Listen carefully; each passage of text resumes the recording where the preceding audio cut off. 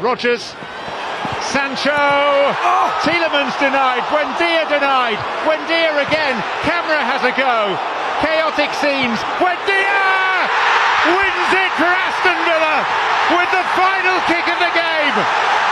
እንዴት ናችሁ የተከበራችሁ አድማጮቻችን? ይህ አባሬ ኦፊሻል የዩቲዩብ ቻናል ነው። ስለምታደምጡን እናመሰግናለን። እንዲሁም ደግሞ ለሌሎች ተደራሽ እንዲሆን ይህ ፕሮግራም ሰብስክራይብ እንደዚሁም ደግሞ ላይክ እና ሼር እያደረጋችሁ እናመሰግናለን። በምሽቱ ጨዋታ 15ኛው ሳምንት እንግሊዝ ፕሪሚየር ሊግ ተካሂዶ ነበረ። በእንግሊዝ 7 ከተሞች በነበሩት ጨዋታዎች ላይ በተለይ ሲጠበቅ የነበረው የአስቶን ቪላ እና የአርሰናል ጨዋታ ቀደም ብሎ ተካሂዷል። እንዲሁም የቦርንማውዝ እና የቼልሲ ጨዋታ ይጠበቅ ነበረ። ማንቸስተር ሲቲም ከሰንደርላንድ ጋር ያደረገው ጨዋታ ይጠበቃል። እንደዚሁም ደግሞ ሊቨርፑል በኢላንድ ሮድ ሊድስን የገጠመበት ጨዋታም ሌላው የሚጠበቅ ጨዋታ ነበረ። ቀደም ብሎ የተካሄደው በቪላ ፓርክ በበርሚንግሃም ስቴዲየም የነበረው የአርሰናልና የአስቶን ቪላ ጨዋታ ነበረ። ጨዋታው በአስቶን ቪላ የበላይነት 2-1 ተጠናቋል። እንደዚሁም ሌላው ጨዋታ የነበረው ደግሞ በቫይታሊቲ ሲጠበቅ የነበረው ቦርንማውዝ ከቼልሲ የነበረው ጨዋታ 0-0 አቻ ነው የተጠናቀቀው። ኤቨርተን በዲንክሰን ስቴዲየም እንደዚሁ ፎረስትን አስተናግዶ 3-0 ማሸነፍ ችሏል። ማንቸስተር ሲቲ በኤቲሃድ ሰንደርላንድን 3-0 አሸንፏል። ኒውካስል ዩናይትድ እንዲሁ በሴንት ጄምስ ፓርክ በርንሌይን አስተናግዶ 2-1 ማሸነፍ ችሏል።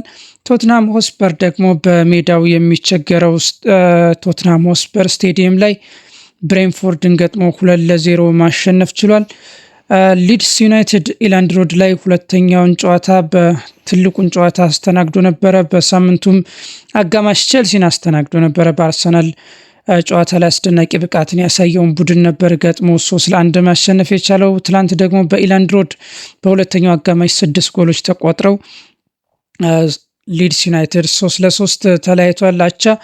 ነገር ግን ሊቨርፑል 2-0 እየመራ ነበር ይህንን ጨዋታ።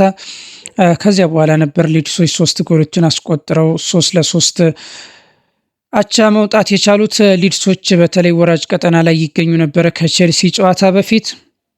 ነገር ግን ከቼልሲና ከሊቨርፑል 4 ነጥቦችን ወስደው አሁን 16ኛ ደረጃ ላይ በ15 ነጥብ ተገኝተዋል። ወራጅ ቀጠና ካለው ዌስትሃም ጋር ዌስትሃም 1 ጨዋታ ይቀረዋል። በ3 ነጥብ ርቀው የሚገኙበትን ውጤት ማስመዝገብ ችለዋል። ግን በሰፊው የምናየው በቪላ ፓርክ ሲጠበቅ የነበረው 3ኛ ደረጃ ላይ ያለው አስቶን ቪላ እና የሊጉ መሪ አርሰናል መካከል የተደረገውን ጨዋታ የምናይ ይሆናል። አርሰናል በቋሚ አሰላለፍነት ካላፊዮሪን እንዲሁም ደግሞ ቤን ዋይትን ተጠቅሟል። በፉልባክ ፒሮ ሂንካፒ እና ዩሊያን ቴምበር ናቸው በመሃል ተከላካይነት የተሰለፉት። በተለይ የሂንካፒና የሞስኬራ ጥምረት ነበረ እስከዛሬ ድረስ። ሞስኬራ ባለፈው በብሬንፎርድ ጨዋታ መጎዳቱን ተከትሎ በዚህ ጨዋታ ላይ አልተሰለፈም። በቀጣይም ለ6 ሳምንታት ይርቃል ተብሎ ነው የሚጠበቀው። ስለዚህ አርሰናል ሶስተኛውን አማራጭ ነው ማለት ነው በዚህ በቀኝ መስመር በቀኝ የመሃል ተከላካይነት የተጠቀመው። መሃል ላይ ራይስና ዙቤሜንዲ እንዲሁም ደግሞ ማርቲን ኦደጋርድ ተሰልፈዋል። ኦደጋርድ ከጉዳት መልስ ነው የመጣው። ስለዚህ ኤቤሪቼዚ ወደ ግራ መውጣት ችሏል። ወደ ግራ ክንፍ ሜሪኖ እንደተለመደው በሐሰተኛ 9 ቁጥር ተሰልፏል። ቡካዮ ሳካ ደግሞ በቀኝ በኩል ነው የተሰለፈው። ይህ ደግሞ አሰላለፍ በተለይ የቤን ዋይት ኦደጋርድና ሳካ በባለፉት ዓመታት በአርሰናል አስደናቂ የማጥቃት እንቅስቃሴ የሚታይበት መስመር እንደሆነ ይታወቃል።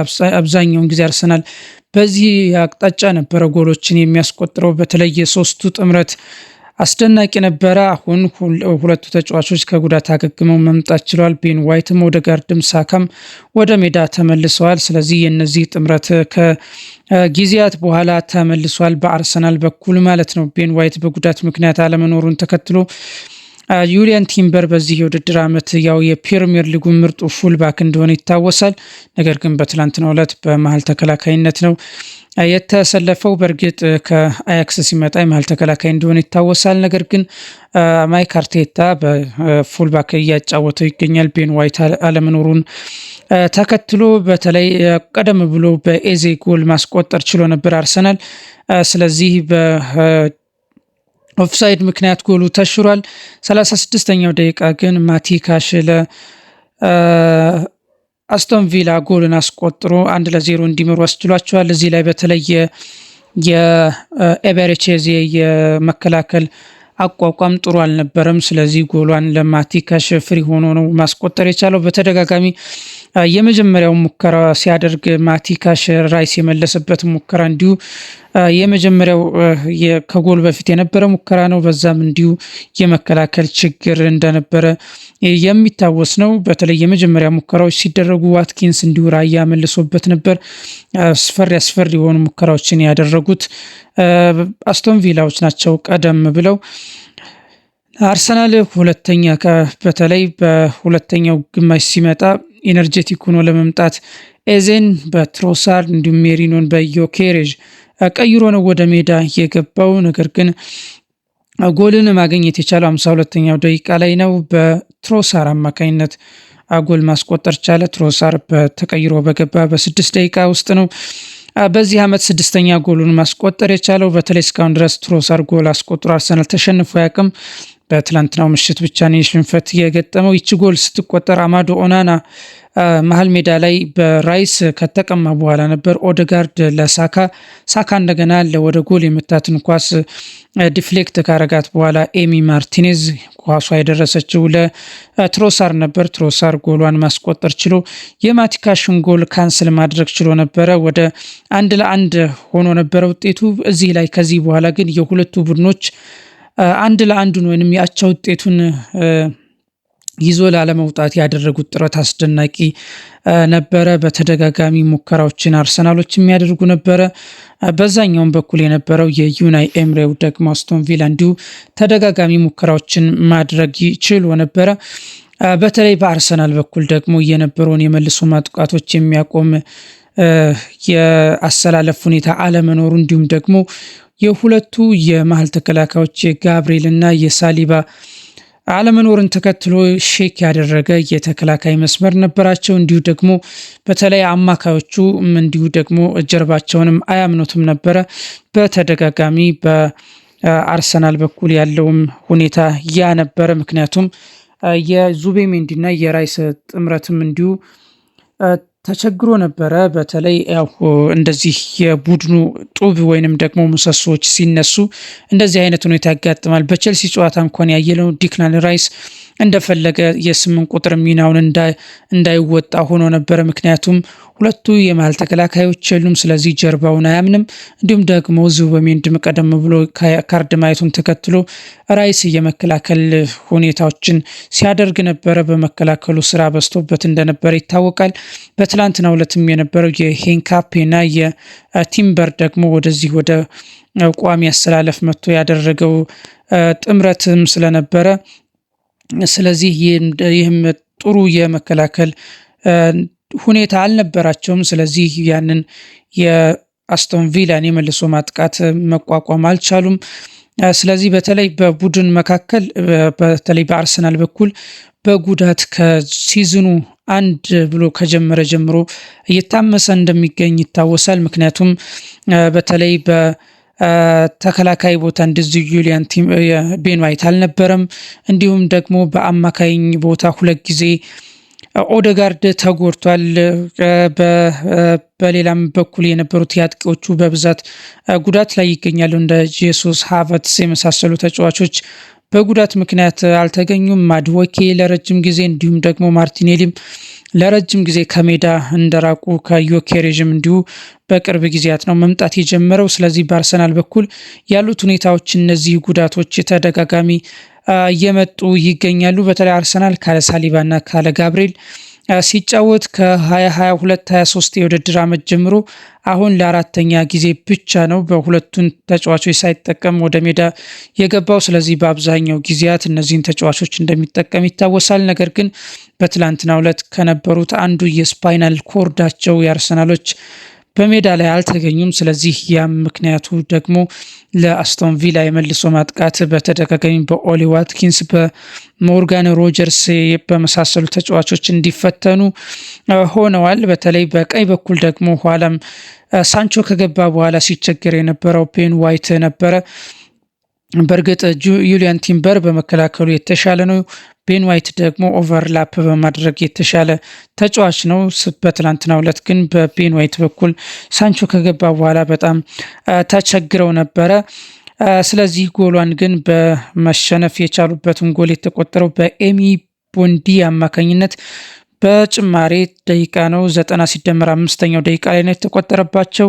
ኤሚ ቦንዲያ 87ኛው ደቂቃ ላይ ነው ተቀይሮ ወደ ሜዳ የገባው። በእርግጥ ይህ ተጫዋች በሌቨርኩሰን በውሰት ካሳለፈ በኋላ ያምናውን የውድድር ዓመት በዚህ ዓመት ደግሞ አስቶን ቪላን ይለቃል ተብሎ ይታወስ ነበረ። ነገር ግን አስቶን ቪላ ተጫዋቹን አቆይቶ በዚህ የውድድር ዓመት ጎሎችን እያስቆጠረለት ይገኛል። በተለይ በዚህ በአስቶን ቪላ ቡድን ውስጥ እንዲሁ በውሰት ተጫዋቾችን ብቻ ነው እያስፈረመ የሚገኘው። ስለዚህ በሊቨርፑል ግን ከተሸነፉ በኋላ 7 ተከታታይ ድሎችን በሁሉም ውድድሮች ማሳካት ችለዋል። በዩሮፓ ሊግም በፕሪሚየር ሊጉም ዩናይ ኤምሬ ቡድን ስለዚህ ተከታታይ ጨዋታዎችን ማሸነፍ ችሏል።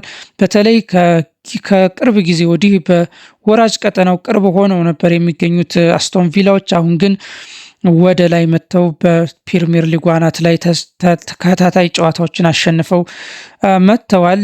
ስለዚህ በሲቲን ካሸነፉበት ጀምሮ በመሃል ሊቨርፑል ብቻ ነው ያሸነፋቸው። ስለዚህ 10 ጨዋታዎችን ከሲቲ ጀምረው አድርገው ከ10ሩ 9ን ድል ማድረግ ችለዋል። የኡናይ ኤምሬው ቡድን ማለት ነው። ስለዚህ በተደጋጋሚ በማቲካሽ በዋትኪንስ ሙከራ ሲያደርጉ ከቆዩ በኋላ ግን በተለይ በዚህኛው በ90 ሲደመር 5ኛው ደቂቃ ላይ ጎልን ማስቆጠር ችሏል። ይችን ጎል ግን ብንመለከታት ጥሩ ነው። ምክንያቱም የአርሰናል የመከላከል ችግር እንዳለ ማወቅ የምትችሉት በሁሉም ዘርፍ ላይ ሼክ እንዳረገ ነው። በተለይ ጥሩ በረኛ እንዲኖራችሁ ከፊት ለፊት ጥሩ ተከላካዮች ሊኖሩ ይገባል የሚያምናቸው፣ እንደዚሁም ደግሞ ተከላካዮች ደግሞ ኮንፊደንስ እንዲኖራቸው ከጀርባ ጥሩ ተከላካይ አለ ብለው ጥሩ የበረኛ አለ ብለው ሊያምኑ ይገባል። እንዲሁም ደግሞ ከፊት ለፊታቸው ሊከላከልላቸው የሚችል ጥሩ የአጥቂና የአማካይ መስመር እንዳለ እርግጠኛ መሆን አለባቸው። በተከላካዮችን በፊት የኮንፊደንስ ሁኔታ ነው ሁሌ ተጫዋቾችን ያላቸውን ሁኔታ ፐርፎርም እንዲያደርጉ የሚያደርጋቸው። ስለዚህ በትላንትናው ዕለት ግን የቡንዲያ ጎል ሳንቾ ነው የጁሮራ በግራ በኩል ከወጣ በኋላ ሳንቾ ለቡንዲያ ነው ኳሱን ያቀበለው። ቡንዲያ እንደገና ለሳንቾ ካቀበለው በኋላ ሳንቾ ለቡንዲያ ነው የሰጠው። ቡንዲያ ግን ኳሷን ወደ ጎል ለመሞከር በሰነዘረበት አጋጣሚ ነበረ ማርቲን ኦደጋርድ የጨረፈበት፣ በአግባቡ አልሞከረውም ነበር። ቲምበር ወደ መሀል ሜዳ ነው ኳሷን ያጸዳት። ነገር ግን ኳሷ ተመልሳ ሊንዶሎፍ በግንባሩ ነው ለቲልመንስ የሰጠው። ቲልመንስ እንደገና ደግሞ በሁለት በአርሰናል ተጫዋቾች መካከል ሆኖ ነበረ ለቡበከር ካማራ የሰጠው። ካማራ እንደገና ወደ ቀኝ በኩል ወደ አርሰናል ግራ በኩል ደግሞ ለሮጀርስ ነው ኳሱን የገለበጠለት። ሮጀርስ እንደገና ወደ ቦክስ ውስጥ ላለው ዩሊያን ማለን ኳሱን ካቀበለው በኋላ ዩሊያን ማለን ደግሞ ለሮጀርስ ነው ወደ ቀኝ መልሶ ተች ያደረገለት።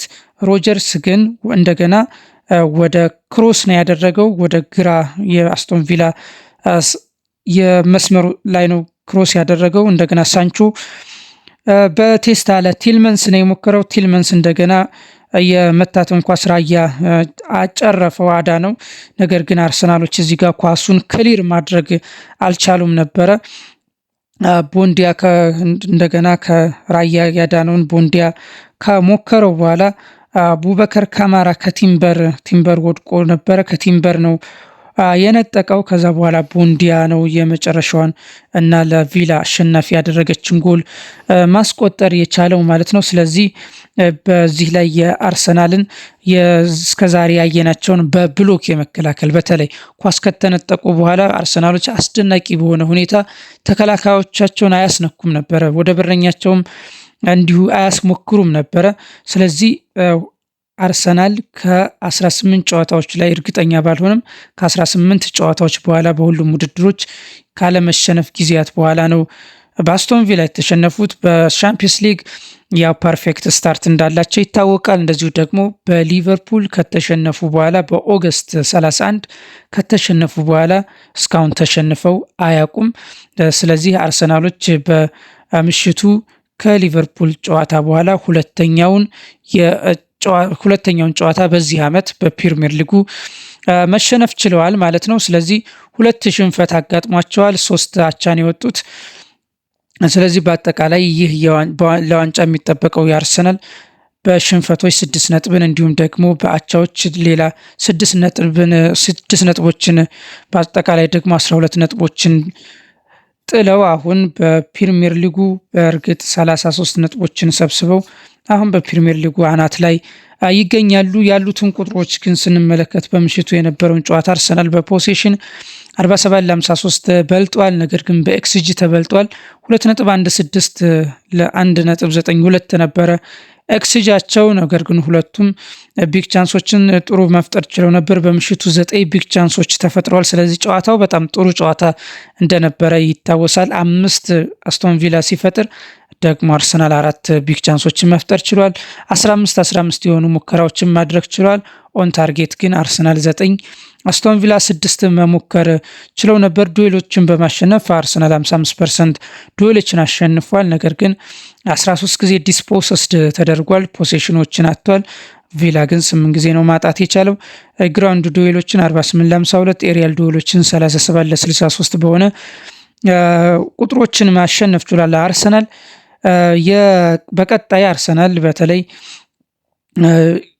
በሻምፒየንስ ሊግ እና በፕሪሚየር ሊግ ያው ቀለል ያሉ ጨዋታዎች በሚመስሉ ሁኔታ ይጠብቁታል ማለት ነው። ባዜል የቪላን ያስተናግዳል በዩሮፓ ሊግ። እንዲሁም ደግሞ በለንደን ኦሎምፒክ ስቴዲየም ላይ ቪላ በቀጣይ 18ኛ ደረጃ ላይ የሚገኘውን ዌስትሃምን ነው የሚገጥመው። እንደዚሁም ደግሞ አርሰናል ክለብ ብሩጅን በሻምፒየንስ ሊግ ይገጥማል ከሜዳው ውጭ። እንዲሁ ደግሞ በኤምሬት ሲመለስ በመጨረሻ ደረጃ ላይ የሚገኘውን ወልቭስን 2 ነጥቦችን ብቻ ከ14 ጨዋታዎች የሰበሰበውን ወልቭስን ነው የሚገጥመው። ሁለቱም ቡድኖች አስቶን ቪላም አርሰናልም አሁን በ3 ነጥብ ልዩነት ላይ የሚገኙ ቡድኖች ናቸው። ሁለቱም የወራጅ ቀጠና ቡድኖች ነው በቀጣይ የሚገጥሙት። ያው በዋንጫው ላይ በእርግጥ አርሰናል በ33 ነጥብ ይመራል። አስቶን ቪላ በ33ኛ ነው። ሲቲ ያው ጨዋታውን ማሸነፉን ተከትሎ በ31 ሁለተኛ ላይ ይገኛል። ከሲቲ በ2 ነጥብ ከቪላ በ3 ነጥብ ርቆ አርሰናል ይገኛል። በተለይ አርሰናል ደግሞ በቀጣይ ተጫዋቾቹ ሲመለሱ ያው በመልሶ ክሊክ እንደሚያደርግ ይታወቃል። ያሉት ሲቲም እንትን አይደለም ምንድነው ኮንሲስተንት ቡድን አይደለም። በባለፈውም በቪላ በፉልሃም ክራቨን ኮቴጅ ላይ 4 ጎሎች ተቆጥረውበት ነበረ። ጨዋታውን ኦልሞስት ሊያጣው የመጨረሻ የግቫርዲዮል ከመስመር ላይ ሊያድነለት ይገባ ነበረ። ስለዚህ ሲቲም ኮንሲስተንት አልነበረም አይደለም። አስቶን ቪላም እንዲሁ በዋንጫው ፉክክሩ ይቆያል ተብሎ አይታሰብም። ምክንያቱም አስቶን ቪላ የስኳድ ጥልቀት እንደሌለው ይታወሳል። በተለይ አሁን በዚህኛው የውድድር ዓመት በነበረው የሲዝኑ የነበረው የዝውውር መስኮት በዚሁ በተለይ በዝውውር ምክንያት እንትን ማድረጋቸው ዝውውሮችን መፈጸም አልቻለም። በዚህ በፋይናንሻል ፌር ፕሌይ በሚባለው ሕግ ምክንያት በተለይ በተደጋጋሚ በውሰት ተጫዋቾችን ነው እያሰለፈ የሚገኘው። ሊንዶሎፍን እንዲሁም ደግሞ ጀደን ሳንቾ ሌሎችን ተጫዋቾች እንዲሁ በውሰት ነው ማሰለፍ የሚችለው። እንዲሁም ደግሞ በውሰት የሰጣቸውን ተጫዋቾች ነው እንደ ነኤሚ ቦንዲ አይነት ተጫዋቾችን እያሰለፈ የሚገኘው። በቡድኑ ጥልቀት የለውም። ስለዚህ ለአርሰናል ስጋት ይሆናል ተብሎ አይታሰብም። እንዲሁ ቼልሲም ኮንሲስተንት ቡድን አይደለም። ሊቨርፑልም ትላንትም እንዲሁ እየመራ ነጥብ መጣሉ ይታወሳል። ስለዚህ ለአርሰናል የሚያሰጉ ቡድኖች ያሉ አይመስልም። አሁንም በዋንጫው ፉክክር መልሶ አርሰናል በተለይ ደግሞ ሁለቱን ተከላካዮች ወደ ሜዳ የሚያገኝ ከሆነና እንዲሁ ደግሞ በቀጣይ ያሉት ጨዋታዎች ደግሞ አሁን ማርቲኔሊም ትሮሳርም እንዲሁ ደግሞ ማድዌኬም ዮኬሬዥን ጨምሮ ከጉዳታቸው አገግመው ጨዋታዎችን እያደረጉ ይገኛሉ። በቀጣይ የሚጠብቀው የሁለቱን የመሀል ተከላካዮች ከጉዳት መመለስ ነው። ስለዚህ አርሰናል አሁንም ጠንካራ ቡድን እንደሆነ ግን የማይሸሸግ ነው። በምሽቱ ግን በመጨረሻው ጨዋታ ላይ በመጨረሻው ደቂቃ ላይ በተቆጠረባቸው ጎል መሸነፍ ችለዋል። የዓመቱን ሁለተኛ ሽንፈት ነው እየገጠማቸው ማለት ነው። የዩናይ ኤምሬው ቡድን በተለይ በዚህ ቪላ ፓርክ ለአርሰናሎች ባለፉት ዓመታትም ከዋንጫ እንዲቀሩ ያደረጋቸው ቡድን እንደሆነ የሚታወስ ነው። ነገር ግን በምሽቱ ጨዋታም እንዲሁ የቀጠለው። ስለዚህ አርሰናል በጨዋታው ላይ 2-1 ተሸንፏል። አስቶን ቪላ ግን ከሊቨርፑል ጨዋታ ከተሸነፈ በኋላ ማካቢ ቴልአቪቭን በዩሮፓ ሊግ፣ ቦርንማውዝን በፕሪሚየር ሊግ፣ ሊድስን እንዲሁ ደግሞ ያንግ ቦይስን በዩሮፓ ሊግ፣ ወልቭስን፣ ብራይተን እና እንደዚሁም ደግሞ በትላንትናው ምሽት አርሰናልን ማሸነፍ ችሏል። ነጥቡንም ወደ 30 ማሳደግ ችሏል ማለት ነው። የዩናይ ኤምሬው አስቶን ቪላ ጨዋታው ይህንን ይመስል ነበረ። ለሌሎች ተደራሽ እንዲሆን ይህ ፕሮግራም ያላችሁን አስተያየት ኮሜንት አድርጉ። እንዲሁም ደግሞ አሁንም ላይክ እና ሰብስክራይብ ማድረጋችሁን እንዳትዘነጉ። ስላደመጣችሁ እናመሰግናለን። በቀጣይ በሌላ ፕሮግራም እስከምንገናኝ ቸር ሰንብቱን። አመሰግናለሁ።